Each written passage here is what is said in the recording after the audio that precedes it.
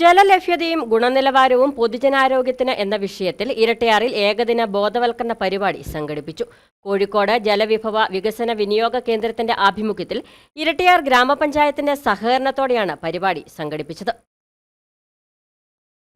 നദികളെ സംരക്ഷിക്കുന്നതിനും അവയെ ആശ്രയിക്കുന്ന സമൂഹങ്ങളുടെ അവകാശങ്ങൾ സംരക്ഷിക്കുന്നതിനും വേണ്ടി വർഷം തോറും മാർച്ച് 14 നദികൾക്കായുള്ള അന്താരാഷ്ട്ര പ്രവർത്തന ദിനമായി ആചരിച്ചുവരുന്നു. എല്ലാവർക്കും ശുദ്ധജലം എന്ന ഈ വർഷത്തെ നദികൾക്കായുള്ള അന്താരാഷ്ട്ര പ്രവർത്തന ദിനത്തിന്റെ പ്രമേയം ശുദ്ധജലത്തിനുള്ള തുല്യമായ അവകാശത്തെ ഊന്നിപ്പറയുന്നു. കൂടാതെ എല്ലാ വർഷവും മാർച്ച് 22 ആചരിക്കുന്ന ലോക ജലദിനം ജലശുചിത്വ പ്രതിസന്ധിയെ നേരിടുവാൻ അവബോധം വളർത്തുകയും ജലസംരക്ഷണ പ്രവർത്തനത്തിന് പ്രചോദനം നൽകുകയും ചെയ്യുന്നു. ലോകത്തിന്റെ സുസ്ഥിരതയിലും സമൃദ്ധിയിലും ജലം വഹിക്കുന്ന നിർണായക പങ്കിനെ കേന്ദ്രീകരിക്കുന്ന സമാധാനത്തിനായുള്ള ജലം എന്നതാണ് ഈ വർഷത്തെ പ്രമേയം. നദികളുടെ പ്രാധാന്യത്തെക്കുറിച്ച് അവബോധം സൃഷ്ടിക്കുവാനും ജലലഭ്യതയും ഗുണനിലവാരവും സമൂഹ നന്മയ്ക്ക് വളരെയേറെ പ്രധാനമാണ് എന്നുള്ള സന്ദേശം പ്രചരിപ്പിക്കുന്നതിനുമായിട്ടാണ് ജലവിഭവ വികസന വിനിയോഗ കേന്ദ്രം കോഴിക്കോട് ഇരട്ടയാർ ഗ്രാമപഞ്ചായത്തുമായി സഹകരിച്ച് പഞ്ചായത്ത് ജീവനക്കാർ, ആശാ വർക്കേഴ്സ്, കുടുംബശ്രീ അംഗങ്ങൾ, തെരഞ്ഞെടുക്കപ്പെട്ട പൊതുജനങ്ങൾ എന്നിവർക്കായി ഏകദിന ബോധവൽക്കരണ പരിപാടി സംഘടിപ്പിച്ചത്.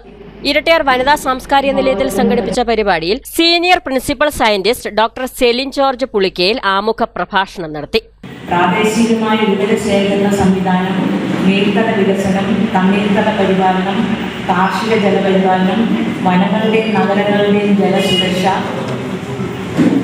ജലശാസ്ത്രം, ഭൂഗർഭ ജലവികസനം, ജലഗുണനിലവാരം, ജലസംബന്ധിയായ പാരിസ്ഥിതിക പ്രശ്നങ്ങൾ എന്നിങ്ങനെ വിവിധ മേഖലകളിൽ ഇടപെടലുകൾ നടത്തിക്കൊണ്ടിരിക്കുന്നു. Doctor Arun PR, doctor Ranjith KR എന്നിവർ ക്ലാസ് നയിച്ചു. ഇരട്ടയാർ ഗ്രാമപഞ്ചായത്ത് പ്രസിഡന്റ് ജിഷ ഷാജി, പഞ്ചായത്ത് അംഗങ്ങളായ ജിൻസൺ വർക്കി, സോണിയ മാത്ത്, ബിൻസി ജോണി തുടങ്ങിയവർ ആശംസകൾ അർപ്പിച്ചു. പരിപാടിയുടെ ഭാഗമായി മൊബൈൽ ലാബ് എക്സിബിഷനും ജല ഗുണനിലവാര പരിശോധനയും നടന്നു. നിരവധി പേർ പരിപാടിയിൽ പങ്കെടുത്തു. News bureau, Kattappana.